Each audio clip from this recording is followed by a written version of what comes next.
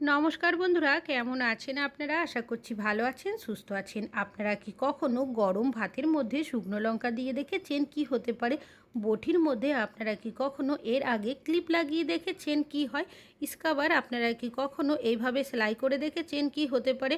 খুব সহজেই আপনারা কিভাবে একদম ছোট্ট সাইজের সূচের মধ্যে সুতো পরাবেন, তাছাড়াও আপনাদের কাছে শেয়ার করব আরও বেশ কিছু ছোট ছোট ইউজফুল কিচেন টিপস। চলুন দেখে নেওয়া যাক আজকের প্রথম টিপসটা আমি আপনাদের কাছে কি শেয়ার করি। আমি এখানে বেশ কিছুটা বরফের টুকরো নিয়েছি। বরফ বসাতে বেশ অনেকক্ষণই সময় লাগে।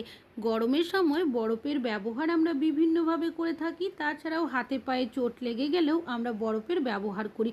অনেক সময় দেখা যায় বরফ হয়তো শেষ হয়ে যায় বা বরফ বসাতে যদি ভুলে যায়, সেক্ষেত্রে যখন প্রয়োজন হয় বরফ কিন্তু হাতের কাছে আমরা পাই না, তখন সমস্যার মধ্যে পড়তে হয়। সেক্ষেত্রে কি করবেন, নিয়ে নেবেন বেশ কিছুটা পরিমাণের জল। তবে এখানে কিন্তু নর্মাল জলের ব্যবহার করা যাবে না, জলটাকে কুসুম গরম করে নিতে হবে। তারপর আপনারা বরফের ট্রের মধ্যে জলটাকে দিয়ে দেবেন। এবার এই ট্রেটাকে ডিপ ফ্রিজের মধ্যে রেখে দেবেন আপনারা 15 থেকে 20 মিনিটের জন্য। তো আমি ডিপ ফ্রিজে রেখে দিয়েছিলাম 20 মিনিট মতো। 20 মিনিট পর আমি এই ট্রেটাকে বের করে আপনাদের দেখাবো।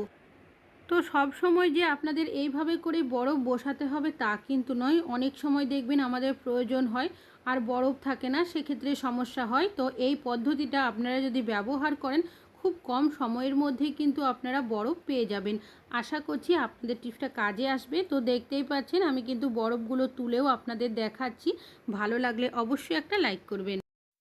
আমি এখানে নিয়েছি কিছুটা নিম পাতা। নিম পাতার ব্যবহার আমরা বাড়িতে কম বেশি অনেকেই বিভিন্ন কাজে করে থাকি, তবে আজ কিন্তু নিমের পাতাগুলোর ব্যবহার করব না। নিমের যে পাতার মধ্যে সরু ডালের অংশগুলো রয়েছে সেগুলিরই ব্যবহার করব। তো সবার প্রথমে এই সরু ডালের অংশগুলো থেকে যে পাতাগুলো রয়েছে সেগুলোকে আলাদা করে নেব। এবার একটা কাঁচির সাহায্যে আমি এইভাবে করে সামনের কিছুটা অংশ, এমনকি পিছনের যে কিছুটা অংশ বাড়তি রয়েছে সেগুলো কেটে নেব। তারপর আন্দাজ করে এইভাবে আপনারা যতটা সম্ভব সমান করে কেটে নেবেন। কি কাজে ব্যবহার করবেন এই নিম ডালের সরু অংশগুলো? আমরা অনেকে দাঁত খোঁচানোর জন্য বা বিভিন্ন কাজে টুথপিকের ব্যবহার করি। তো টুথপিক বাজার থেকে কিনে না নিয়ে এসে আপনারা কিন্তু এইভাবে করে বাড়িতেই টুথপিক বানিয়ে রেখে দিতে পারেন। যখন প্রয়োজন হবে আপনারা এখান থেকে বের করবেন আর ব্যবহার করবেন। তাছাড়াও যেহেতু আমরা নিম ডাল দিয়ে টুথপিক বানিয়েছি, আমাদের দাঁতের মধ্যে কোনো রকমের ইনফেকশনও হবে না। আশা করছি টিপসটা কাজে আসবে। ভালো লাগলে লাইক করবেন। এখন চলে যাচ্ছি পরবর্তী টিপস। আমি এখানে নিয়েছি একটা শার্ট। এই ধরনের শার্ট বা টি শার্ট আমাদের বাড়িতে এমন কেউ না কেউ থাকে যারা ব্যবহার করে থাকে। তবে এই শার্ট বা টি শার্টের যে বোতামের ঘরটা থাকে, নতুন অবস্থায় দেখবেন অনেকটাই টাইট থাকে, যার কারণে আমরা কিন্তু বোতামটা সহজে লাগাতে পারি না। জোর করে যদি এইভাবে চাপাচাপি করে লাগাতে যাই, অনেক সময় আমাদের নখের মধ্যে ব্যথাও হয়ে যায়। সেক্ষেত্রে আপনারা একটা সেফটি পিন নিয়ে নেবেন। সেফটি পিনটা প্রথমে বোতামের মধ্যে পরিয়ে তারপর আলতো হাতে এইভাবে যদি টেনে নেন, খুব সহজেই দেখবেন আপনারা কিন্তু বোতামটা লাগিয়ে নিতে পারবেন, যতই বোতামের ঘরটা টাইট হোক না কেন। আশা করছি আপনাদের টিপসটা কাজে আসবে। ভালো লাগলে লাইক করবেন। এখন চলে যাচ্ছি পরবর্তী টিপসে।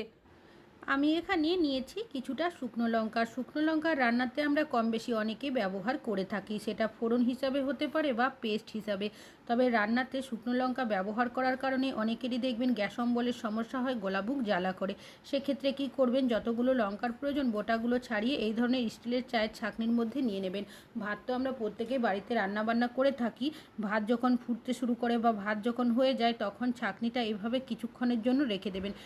এতে করে কি হবে, গরম ভাতের বাষ্পটা শুকনো লঙ্কার মধ্যে লাগবে, যার কারণে লঙ্কাটা নরম হয়ে যাবে, অতিরিক্ত ঝাল ভাবটা চলে যাবে। এমনকি রান্নাতে ব্যবহার করলে গ্যাস অম্বলের সমস্যা হবে না, গলাবুক জ্বালাও করবে না। আশা করছি টিপসটা কাজে আসবে। ভালো লাগলে লাইক করবেন। এখন চলে যাচ্ছি পরবর্তী টিপসে। কি কখনো বাসন মাজার আগে এই স্কাবারগুলো সেলাই করে দেখেছেন কি হতে পারে? আমরা বাসন মাজার জন্য কম বেশি অনেকে এই ধরনের স্কাবারের ব্যবহার করে থাকি। তবে বাসন মাজার পর কি করি, যে বিমবার সাবানের বাটিটা থাকে তার মধ্যে স্কাবারটা আমরা অনেকে রেখে দিই। তবে সমস্যাটা কি হয়, এই স্কাবারের মধ্যে দেখবেন কিছুটা হলেও জল থেকে যায়।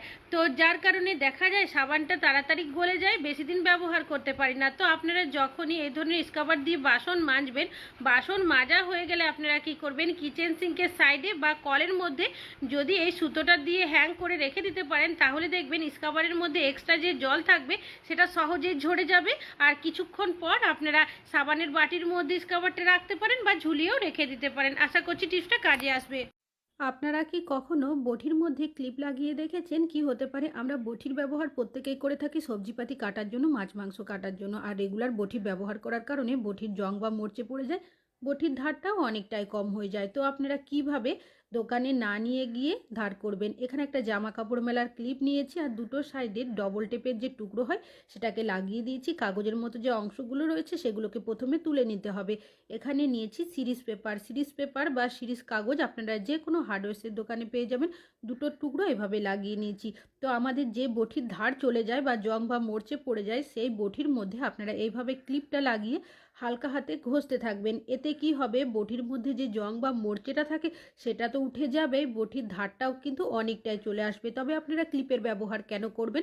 ডাইরেক্ট যদি সিরিজ পেপার দিয়ে বটি ঘষতে যায় আমাদের হাত কেটে যাওয়ার সম্ভাবনা থাকে। তাই অবশ্যই আমরা যদি ক্লিপগুলো বটির মধ্যে লাগিয়ে এইভাবে ঘষে নিই, হাতও কাটবে না, বটির জং বা মরচেও চলে যাবে, ধারও চলে আসবে। একটা কাপড় জল দিয়ে ভিজিয়ে নিয়েছি, সেটা দিয়ে মুছে দেখাচ্ছি। তো দেখতেই পাচ্ছেন কতটা সুন্দর ধার চলে এসেছে আর জং বা মরচেটাও চলে গেছে। আশা করছি টিপসটা কাজে আসবে। আপনারা কি কখনো সাবানের মধ্যে এইভাবে করে সেফটি পিন লাগিয়ে দেখেছেন? কি হতে পারে, আমরা প্রত্যেকটা মহিলারাই কিন্তু শাড়ি কম বেশি পরে থাকি। তবে দেখবেন যখন আমরা এই ধরনের মোটা যে জরির কাজ বা মোটা ধরনের কোনো শাড়ি বা জামা কাপড় পরে থাকি, অনেক সময় কি হয় আমরা সেফটি পিনের ব্যবহার করে থাকি আটকানোর জন্য। তবে সমস্যা কি হয়, অনেক সময় মোটা ধরনের জামা কাপড়ের মধ্যে সহজে সেফটি পিনটা ঢুকতে চায় না। তাছাড়াও অনেক সময় সেফটি পিনের মুখের জায়গাটাও দেখা যায় ভোঁতা থাকে, বা যদি জং বা মরচে পড়ে যায় সেক্ষেত্রেও এই ধরনের সমস্যা হয়ে থাকে। আর হাতের কাছে যদি অন্য সেফটি পিন না থাকে সেক্ষেত্রে দেখবেন সমস্যার মধ্যে পড়তে হয়। তখন একটা টিপস আপনারা ফলো করতে পারেন। নিয়ে নেবেন সাবান, যে কোনো সাবানের ব্যবহার করতে পারেন। সাবানের মধ্যে সেফটি পিনটাকে এইভাবে করে 3 থেকে 4 বার ঢুকিয়ে দেবেন। এতে কি হবে, সেফটি পিনের মধ্যে একটা সাবানের আস্তরণ হয়ে যাবে। তারপর যদি আপনারা কোনো জামা কাপড়ের মধ্যে সেফটি পিনটা ব্যবহার করেন দেখবেন সহজেই কিন্তু ঢুকে যাবে, যতই মোটা জামা কাপড় হোক না কেন। বা সেফটি পিনের মধ্যে যদি জং বা মরচে থাকে সেই সমস্যার সমাধান এইভাবে হয়ে যাবে। আশা করছি টিপসটা কাজে আসবে। অবশ্যই একটা লাইক করবেন। আমি এখানে নিয়েছি বেশ কিছুটা পালং শাক। পালং শাক আমাদের কম বেশি অনেকেরই বাড়িতে নিয়ে আসা হয়ে থাকে। তবে যখন আমরা শাক কাটতে যাই, বিশেষ করে নতুন রাঁধুনি হয়ে থাকলে দেখবেন অনেক সময় হাত কেটে ফেলে। তবে আপনারা কিভাবে ছুরি বা বটির সাহায্য ছাড়াই পালং শাক কাটবেন তারই একটা ইউজফুল টিপস শেয়ার করব। তো সবার আগে আপনারা কি করবেন, শাকটাকে খুলে নেবেন। শাকের মধ্যে অনেক সময় পচে যাওয়া পাতা, হলুদ হয়ে যাওয়া পাতা বা ঘাস থেকে থাকে, সেক্ষেত্রে আপনারা সবার প্রথমে সেগুলোকে বেছে আলাদা করে নেবেন। তো দেখতেই পাচ্ছেন আমি একটা হাতের মুঠোর মধ্যে শাকগুলোকে ধরে এভাবে করে বেছে নিচ্ছি।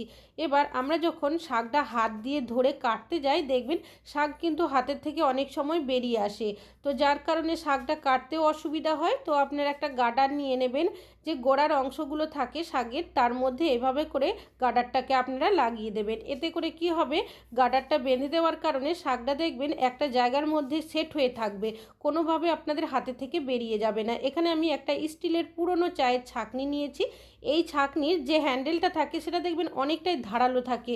আপনারা যদি এইভাবে শাকটা এক হাতের সাহায্যে ধরে অন্য হাতের সাহায্যে চায়ের ছাঁকনি দিয়ে শাকটা কাটেন, দেখবেন আপনাদের শাকটা সুন্দরভাবে কেটেও যাবে আর হাত কেটে যাওয়ারও সম্ভাবনা থাকবে না। তবে এখানে কিন্তু প্লাস্টিকের চায়ের ছাঁকনি নয়, স্টিলের চায়ের ছাঁকনির ব্যবহার করতে হবে। এবার যে গোড়ার অংশটা রয়েছে সেটাকে আপনারা বাদ দিয়ে দেবেন। তবে এর থেকেও যদি আপনারা শাকটা মিহিকুচি করতে চান সেক্ষেত্রে আপনারা কি করবেন, আবারও চায়ের ছাঁকনিটা নেবেন, নিয়ে এরকম কিছু সেকেন্ড করবেন, তাহলে দেখবেন আরও কিন্তু শাকটা মিহিকুচি হয়ে যাবে। আশা করছি আপনাদের টিপসটা কাজে আসবে। তবে আমি এইভাবে শাকটা কেটেছি বলে যে আপনাদেরও কাটতে হবে তা কিন্তু নয়, যদি প্রয়োজন হয় এইভাবে শাকটা কাটতে পারেন। ভালো লাগলে অবশ্যই একটা লাইক করবেন। এখন চলে যাচ্ছি পরবর্তী। আমি এখানে নিয়েছি সূচ আর নিয়েছি সুতো। সেলাই করার জন্য প্রত্যেকেই বাড়িতে কোনো না কোনো সূচ সুতো রেখে থাকি। তবে যখন আমরা ছোট্ট সাইজের সূচের মধ্যে সুতো পরাতে যাই সহজে কিন্তু পরাতে পারি না, কেন কি সূচটা এতটাই ছোট থাকে। সেক্ষেত্রে আপনারা কিভাবে ছোট্ট সাইজের সূচের মধ্যে সুতো পরাবেন তার জন্য নিয়ে নিতে হবে একটা পুরনো চাবি, যে চাবি আপনারা কোনো কাজে ব্যবহার করেন না। এখানে একটা ইলেকট্রিক্যাল তার নিয়েছি, তারটাকে এইভাবে করে মুড়িয়ে ইউয়ের মতো করে নিয়েছি। চাবিটার মধ্যে আপনারা এইভাবে করে তারটাকে দেবেন। এবার তারটা যাতে কোনোভাবেই চাবি থেকে খুলে না যায়, সেলোটেপ নিয়ে নেবেন, সেটা দিয়ে এইভাবে করে 3 থেকে 4 বার ভালোভাবে পেঁচিয়ে মুড়িয়ে নেবেন। তারপর সুচটাকে আপনারা কি করবেন, এইভাবে করে তারের মধ্যে পরিয়ে দেবেন। এবার সুতোটাকে সূচে না পরিয়ে তারের যে ছোট্ট ইউয়ের মতো অংশটা রয়েছে তার মধ্যে এইভাবে আপনারা পরিয়ে দেবেন। এবার সুচটা যদি আপনারা এইভাবে টেনে নেন, খুব সহজেই দেখবেন একদম ছোট্ট সাইজের সুচের মধ্যে আপনারা সুতোটা পরিয়ে নিতে পারবেন। আশা করছি টিপসটা কাজে আসবে। ভালো লাগলে লাইক করবেন। আজকে এখানেই শেষ করছি।